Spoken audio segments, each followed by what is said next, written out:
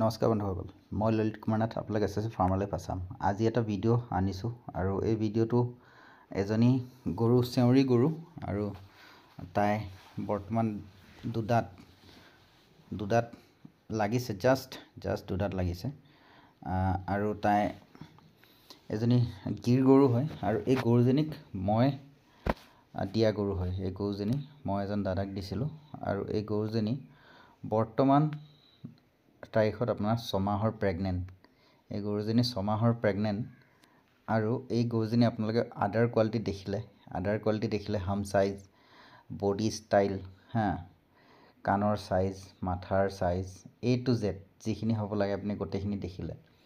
তো মোৰ ঠাইতো আছে গিৰ, কিন্তু এইজনী গিৰো আপোনাৰ গিৰে হয়, মোৰ ঠাইত থকাখিনি গিৰে হয়। তো মোৰ গিৰখিনি এনেকুৱা চেহেৰা নহয়, দাদাজনৰ ঠাইত যায় এই গৰুজনী ইমান ধুনীয়া চেহেৰা কেনেকৈ হ'ল। মই আজি সেইটো কথাকে আপোনালোকক ক'ব বিচাৰোঁ। প্ৰতিটো বস্তুৱে এটা পৰিৱেশ বিচাৰে, প্ৰতিটো বস্তুকে এটা পৰিৱেশ লাগে। দাদাহঁতৰ অলৰেডি গোহালি ঘৰ বনোৱাই আছিল আৰু তেওঁ অলৰেডি বেলেগ গৰু পুহি আছিল। তেখেতে লাষ্ট টাইম কি ভাবিলে কি মই এইবিলাক গৰু চব বেছি খালি গিৰে এজনী দুজনীৰ ষ্টাৰ্ট কৰিম। তেখেতে এজনী ল'লে আৰু এজনী লোৱাৰ কথা আছে বাৰু, কিন্তু বৰ্তমান এজনী লৈ এই গৰুজনী লৈ তেখেতে ষ্টাৰ্ট কৰিছে। 6 মাহ প্ৰেগনেণ্ট আৰু তেওঁ চিমেণ্ট লগাইছে, 3 ষ্টাৰ চিমেণ্ট, গিৰৰ হয়, 3 ষ্টাৰ চেক চিমেণ্ট লগাইছে। তো এই গৰুজনী আপোনাক মই দেখুওৱা মেইন কাৰণ হৈছে, চাওক মোৰ ঠাইতো গৰু আছে, কিন্তু এইটো বডি ফ্ৰেম বা এনেকুৱা কালাৰ বা এনেকুৱা ষ্টাইল নাপায়। কিহৰ কাৰণে? মোৰ ঠাইত সেই পৰিৱেশটো নাই। গৰুজনীক মই সেই পৰিৱেশটো, যিটো পৰিৱেশ এজনী গৰুক লাগে, সেই পৰিৱেশটো দিব পৰা নাই। চাওক গৰুজনীয়ে খাবলৈতো ভাল ঘাঁহ বা খেৰ দানা সেইখিনি লাগিবই, লগতে শুবলৈ কাৰণে জেগাকণ লাগিব, ঠাণ্ডাৰ পৰা বাচিবৰ কাৰণে, গৰম হ'লে গৰমৰ পৰা এটা সময়ত গৰমৰ পৰা অলপমান বাচিবৰ কাৰণে, দুপৰীয়া সময়ত গৰমৰ পৰা ধৰক বাচি থাকিবৰ কাৰণে তাই নিজে আহি পেলাই সোমাব পৰা জেগা এটুকুৰ হ'ব লাগিব, পৰাপক্ষত এৰি দি থ'ব পৰা হ'ব লাগে। সেনেকুৱা হ'লে এজনী গৰুৱে বহুত ধুনীয়া। আমাৰ অসমতে যিজন দাদা আমাৰ কালাপাহাৰত গৰু ফাৰ্ম কৰি আছে, তেখেতৰ এজনী গৰুৱে আপোনাৰ 22 লিটাৰলৈকে এতিয়া এইবাৰ, প্ৰথমবাৰটো ধৰক 7 লিটাৰ 8 লিটাৰ 5 লিটাৰ সেনেকৈ দিছিলে আহি গৰুখিনিয়ে। এতিয়া আপোনাৰ তেখেতৰ গৰুবিলাকে একে কমে আপোনাৰ পোৱালি খুৱাই পেলাই, আপোনাৰ 15 লিটাৰ গাখীৰ দি আছে। তেওঁ গৰুৱে কমে পোৱালি খুৱাই আপোনাৰ 15 লিটাৰ গাখীৰ দি আছে। আৰু এনেকুৱা এজনী গৰু নাই যিজনী গৰু মানে আপোনাৰ গাখীৰ কোৱালিটিটো ধৰক আপোনাৰ মানে বেষ্ট কোৱালিটি গাখীৰ এনেকুৱা নহয়। এজনী গৰু নাই কি আপোনাৰ গাখীৰটো ধৰক কিবা এটা প্ৰব্লেম থাকে গাখীৰ কিছুমানৰ, গাখীৰ ধৰক আপুনি গিৰ গৰু গাখীৰটোৰ কথা গম পায়েই আপোনালোকে। যিবিলাক মানুহে গিৰ গৰু গাখীৰ এবাৰ ইউজ কৰে, তেওঁ ধৰক অলৰেডি গম পায় যে হয় গাখীৰটো গুণাগুণ কি থাকে। গাখীৰটো বইল কৰাৰ পিছত যিটো গোন্ধ ওলায় তাৰপৰা, সেই গোন্ধটো কেনেকুৱা, সেইটো গোটেইটো আপোনাৰ এবাৰ যোনে গিৰ গৰু গাখীৰ খায় তেওঁ গম পাই যায়।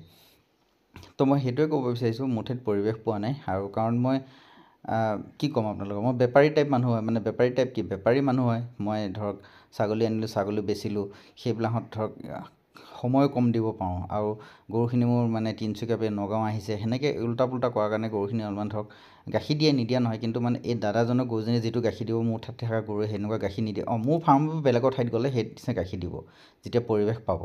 কাৰণ পৰিৱেশ লাগিব, খেৰ লাগিব, ঘাঁহ লাগিব, দানা লাগিব, A to Z বস্তু লাগিব। গৰুজনী তেতিয়া মই যদি কওঁ বোলে এজনী গৰু কিয় 15 লিটাৰ গাখীৰ দিয়া নাই, তেতিয়া মই ক'ব পাৰোঁ হয় এই গৰুজনী 15 লিটাৰ গাখীৰ দিয়া নাই, এই গৰুজনীৰ কোৱালিটি ভাল নহয়। আৰু যদি মই খানাই নিদিওঁ আৰু মই 15 লিটাৰ গাখীৰ বিচাৰোঁ, কেনেকৈ হ'ব? ধৰক এইবাৰ মোৰ গৰুখিনি কিমান কষ্ট পালে, আপোনাৰ খেৰ নাই, কমচে কম 6 মাহ খেৰ নোহোৱাকৈ চলিছে, 6 মাহ খেৰ নোহোৱাকৈ চলিছে। তো চাওক তাত কিছুমান কৰ্মচাৰীৰ ভুল আছে, মই নাথাকোঁ, খেৰ একদম পূৰা দাম দি দিয়ে, মুৰ্গীয়ে খুচাৰি দিয়ে, খেৰ চব বেয়া হৈ যায়, পেলাই দিব লগা হয়। তো সেনেকুৱা কিছুমান কাৰণৰ কাৰণে খেৰ মোক গৰুৱে 6 মাহ খাব নোপোৱাকৈ, খেৰ খাব নোপোৱাকৈ একদম বহুত গৰু মানে মোৰ ডেমেজ হৈ গৈছিলে। তো এতিয়া আকৌ ভাল হৈছে, যিহেতু খেৰ সুৰ ওলাইছে। এবাৰ বহুতখিনি খেৰ ৰাখিম বুলি অলৰেডি কিনিছোঁৱে, খেৰ মানুহক পইচা দি থৈছোঁ, এবাৰ কি হয় চাওঁ। কিন্তু মই সেইটোৱে ক'ব বিচাৰোঁ, আপুনি গিৰ গৰু খালী খেৰ দিওঁ, আপুনি এনেকুৱা চেহেৰা দাদাই একো নিদিয়ে, খালী খেৰ দিয়ে আৰু দানাটো সন্ধিয়া সময়ত দানাটো দিয়ে। তো খেৰ আৰু দানাতে এজনী গৰু আজিৰ তাৰিখত এনেকুৱা চেহেৰা হৈ আছে। আৰু এজনী গৰু মই কওঁ প্ৰথম বিয়ানতে তেখেতক 15 লিটাৰ ওপৰত গাখীৰ দিব। এইজনী গৰু প্ৰথম বাৰতে 15 লিটাৰ, কাৰণ যিটো তাইৰ চাইজ আৰু যিটো তাৰ মানে ষ্টাইল, 100% আপোনাৰ 15 লিটাৰ গাখীৰ দিব। আৰু 15 লিটাৰ গাখীৰ দিলে আপোনাৰ ধৰক পোৱালি খুৱাই কৰিও তেওঁ 12 লিটাৰ গাখীৰ আৰামছে পাব। পোৱালি খুৱাই কৰি আপোনাৰ হিচাপটো সদায় সেনেকৈয়ে হয়, পোৱালি খোৱাৰ পিছত যিটো গাখীৰ ৰখে বা পোৱালিৰ কাৰণে এটা পাতা ইয়াৰ পিছত যিটো গাখীৰ পায় সেইটো। তো আপোনাৰ এইজনী গৰুৰ পৰাই ধৰক দাদাই 15 লিটাৰ গাখীৰ পাই ধৰক 12 লিটাৰ গাখীৰ পাব। 12 লিটাৰ গাখীৰ, কাৰণ পোৱালিটোক অলপমান গাখীৰ খুৱাব লাগিব, তেতিয়া পোৱালিটো আকৌ নেক্সট টাইম ৰেডি হ'বগৈ। সেইটোৱে আজি ভিডিঅ'টো, মই সেইটোৱে ক'ব বিচাৰিলোঁ। গৰু কেনেকুৱা চেহেৰা কেনেকুৱা হৈছে এইটো দেখাব বিচাৰিলোঁ। মোৰ পৰাই লোৱা গৰু হয় আৰু আজিৰ তাৰিখত এনেকুৱা চেহেৰা হৈ আছে। ঠিক আছে, ভিডিঅ'টো চাই ভাল লাগিল যে চেনেলটো ছাবস্ক্ৰাইব কৰিবলৈ আশা থাকিল। Thank you, all the best.